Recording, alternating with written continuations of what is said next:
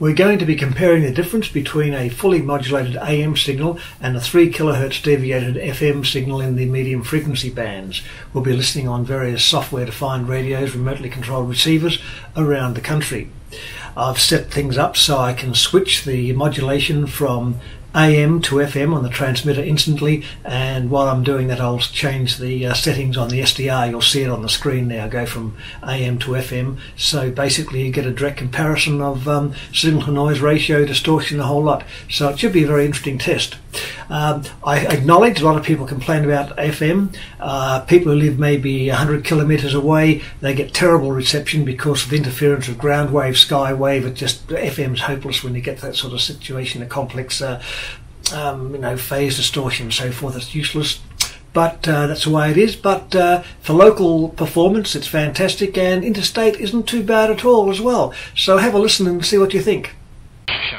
This is from 12 kilometres away, not a very good receiving location or antenna, pretty noisy, but it shows the effect. Ooh, which is a bit hard to describe. It shows the path of the meteors being before AD 126 as coming in from somewhere beyond the orbit of Neptune, and then coming in, past Uranus, Saturn, Jupiter, in towards Earth, round the Sun, and then out again. But after 126, it appears that they look like they've been affected by Uranus, and the orbit has been changed to a much smaller ellipse, and they're showing that ellipse after 126 only goes to a little beyond Uranus, and then of course steps around. However, we'll see if the text says the same thing. The continuous line represented by the orbit in AD 126, the dotted line represents it at present, which is the step forward. This unmistakable change in the orbit is one that the astronomers attribute to what we have already spoken of as perturbation. This is Mr. Loop's SDR. It's about 30k away, bit of a hilly terrain, not the best path, and pretty noisy there, and he has a bit of interference as well. The calculation showed that the large orbit was a possible one. Also computed the amount of the displacement in the path that could be produced if the meteors revolve in any of the sports. Investigation was one of an arduous character, but the results amply reflected. It was shown with the smallest ellipse to obtain the displacement even 1/2 of that which was observed. These 4 orbits must therefore be rejected. Thus the demonstration is complete that it is in the large that the meteors revolve. The movements of each revolution are guided by Kepler's laws. At the part of this path are many. This one's from Forster on the New South Wales coast, north of Sydney, 930 kilometres away. In this may be detected of a gradual change in the character of the shower. Suppose 2 meteors, take A and B, A travels completely in 43 years, while B takes. If the 2 start together, then when A has finished the first round, B will be a year behind, and the next time B will be 2 years behind, and so on.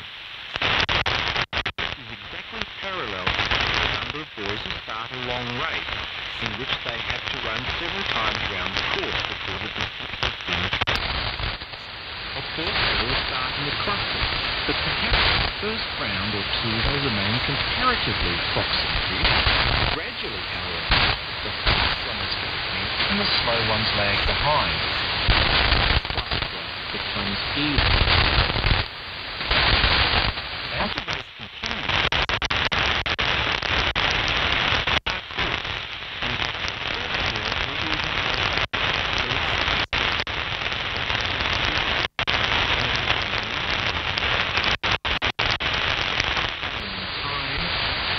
in times to come be spread out and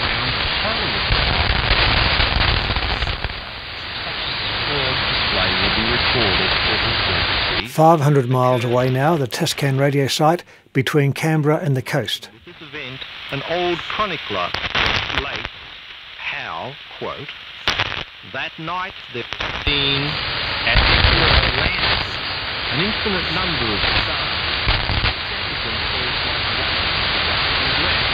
and that year was called the Year of Stars. No one now believes that the heavens intended to commemorate by that display.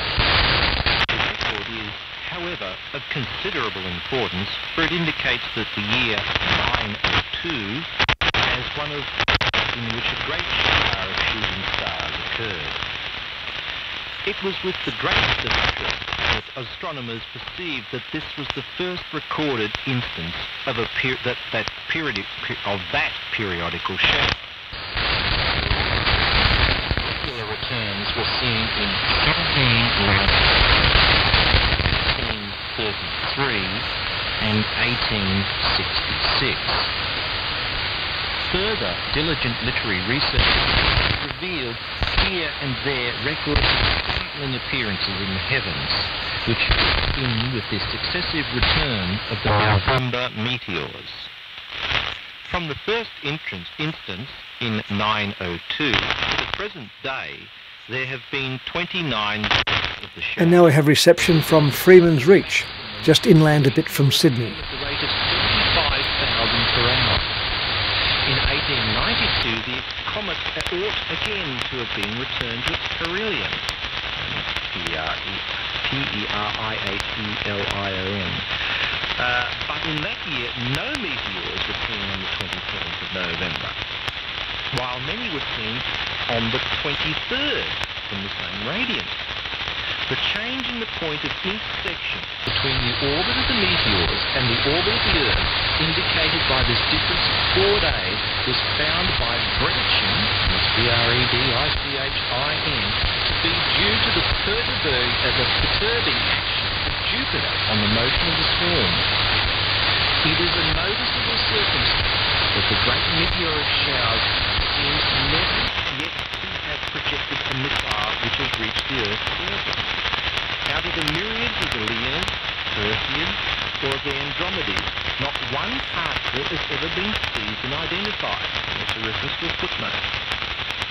On the 27th of November 1885, a piece of meteoric iron fell at Mazapil, M-A-Z-A-P-I-L, in Mexico, during the shower of the Andromedes. But whether it was formed part of the swarm is not known. It is, however, to be noticed that the meteorites are said to have fallen on several other occasions at the end of November. Those bodies which fall from the sky to Earth, and which we call meteorites, do not seem to come from the great showers, so far as we know. They may indeed have quite a different origin from that of periodic meteors. It is somewhat curious that the belief in the celestial origin of meteorites is of modern growth. In ancient times there were no doubt rumours of wonderful stones which had fallen from